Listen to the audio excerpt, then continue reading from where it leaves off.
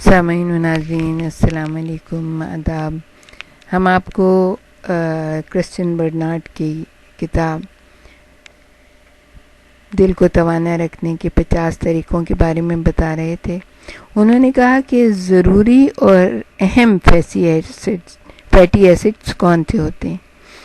ضروری اور اہم فیٹی ایسڈز ایسے ایسڈز میں سے اومیگا 6 اور اومیگا 3 فیٹی ایسڈ خوب جانے پہچانے جاتے ہیں۔ ہم اپنی باقاعدہ خوراک کے ذریعے اومیگا 6 فیٹی ایسڈ جذب کرتے ہیں، جبکہ اومیگا 3 سے اکثر محروم رہتے ہیں، کیونکہ ہم مچھلی، بادام، سبزیاں جیسے پھول گوبھی، سلاد وغیرہ کم ہی استعمال کرتے ہیں، جن میں کیا ہوتا ہے اومیگا 3 فیٹی ایسڈز بھرپور پائے جاتے ہیں۔ جیسے کس میں؟ مچھلی ہے، بادام ہے، سبزیاں، پھول گوبھی، سلاد وغیرہ۔ دیکھیں جو اس چیز کا وہ کریں گے کہ بھئی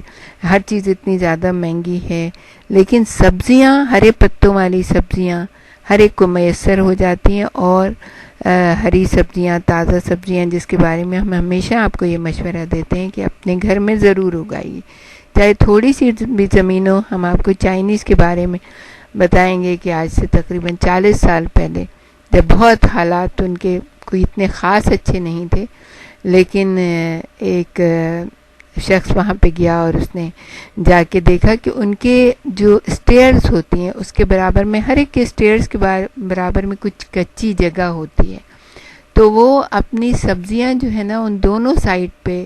اگا لیتے تھے، یا کچھ جیسے کوکمبر کی ایک بیل لگا لی، جیسے ترئی کی ایک بیل لگا لی، اسی سے وہ بہت کچھ حاصل کر لیا کرتے تھے، تھوڑا سا پالک اگا لیا، سب کچھ۔ تو اگر ہم یہ بہانہ نہ کریں کہ بھئی نہیں ہمارے پاس جگہ نہیں ہے، تو ہم ایک چھوٹے سے گملے میں 2-4 گملے رکھ کے اس کے اندر مٹی ڈال کے اور قدرتی دھوپ ان کو پہنچا کے، سن پہنچا کے، اور تھوڑا پانی ڈال کے، یوزڈ پانی بھی آپ استعمال کر سکتے ہیں ان کے لیے، کہ آپ اس کو استعمال کر کے اور جو ہے نا اپنے گھر میں سبزیاں، تازہ سبزیاں اگائی جا سکتی ہیں، تو آپ کے جسم کو اومیگا 3 جو ہے وہ مل جائے گا، اور یہ ایسڈ آپ کے جسم کے لیے بہت فائدہ مند ثابت ہوتے ہیں۔ ایسی اشیاء کے کم استعمال سے ہم اس تحفظ سے محروم رہ جاتے ہیں جو خون کو پتلا کرتے ہوئے دل کے امراض اور ڈائبٹیز کے خلاف مہیا کرتے ہیں۔ اب آپ نے دیکھا کہ لوگ کتنا کھاتے ہیں، خون کو پتلا کرنے والی ڈاکٹرز کتنی ساری دوائیں دے دیتے ہیں، لیکن ہمیں یہ مشورہ بہت ہی کم ملتا ہے کہ آپ سبز پتوں والی سبزیاں کھائیں، اگر بادام میسر ہیں تو بادام آپ کھائیں۔ تو جو چیزیں آسانی سے ہمیں میسر ہو جاتی ہیں ہم وہ تو استعمال کرتے نہیں، بلکہ یہ کہ دواؤں کے اوپر جاتے ہیں اور اپنے جسم میں اور غلط قسم کی چیزیں ڈالتے رہتے ہیں۔ پھر ہے ٹرانس فیٹی ایسڈ۔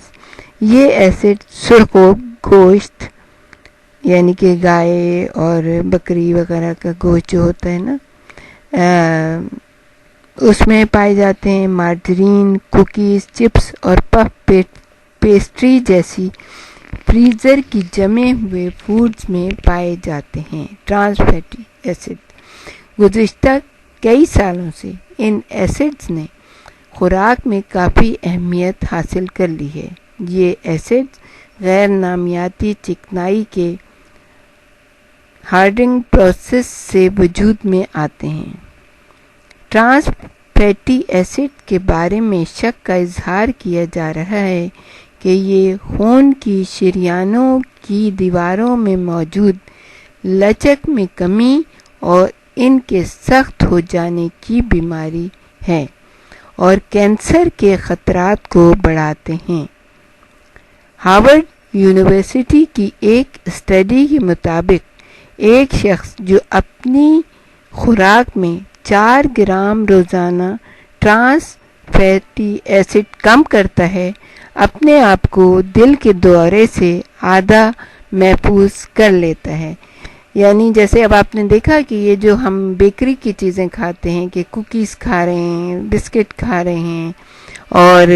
اس قسم کی چیزیں، پف پیسٹریز کھا رہے ہیں، چپس بھر بھر کے کھا رہے ہیں، بس ٹی وی دیکھ رہے ہیں اور چپس کا بڑا سا تھیلا ہاتھ میں اور چپس کھا رہے ہیں، تو یہ جو ہے ہمارے دل کے لیے کس قدر خطرناک ہے. یہ ہمارے کینسر کے خطرے کو بھی بڑھاتے ہیں اور یہ جو ہے نا ہمارے جو شوگر لیول ہے اس کو بھی زیادہ کرتے ہیں.